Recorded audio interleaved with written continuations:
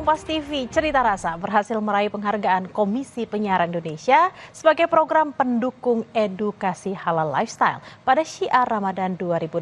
Tak hanya memberikan referensi kuliner Nusantara dari berbagai UMKM, serta mempromosikannya, Cerita Rasa terus menggali sejarah, serta tokoh di baliknya yang kerap menjadi warisan kuliner Nusantara. Sejak 2015 hingga kini, Cerita Rasa akan terus membantu UMKM kuliner Indonesia dan memberikan cerita untuk setiap rasa kuliner Nusantara. Karena setiap cerita punya rasa.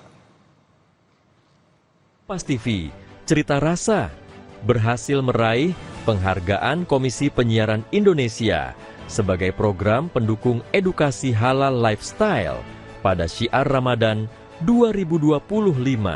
Tak hanya memberikan referensi kuliner Nusantara dari berbagai UMKM, serta mempromosikannya.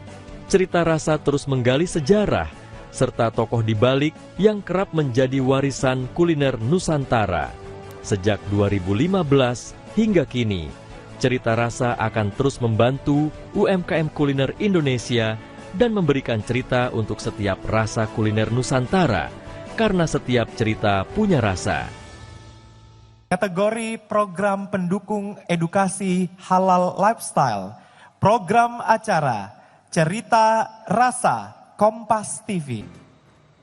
Informasi tadi sekaligus menutup jumpa kita di Kompas Siang hari ini. Terima kasih sudah menonton. Saya Tili Rea Bella. Dan saya Imron Fadilah. Selamat siang. Terima kasih. Sampai jumpa.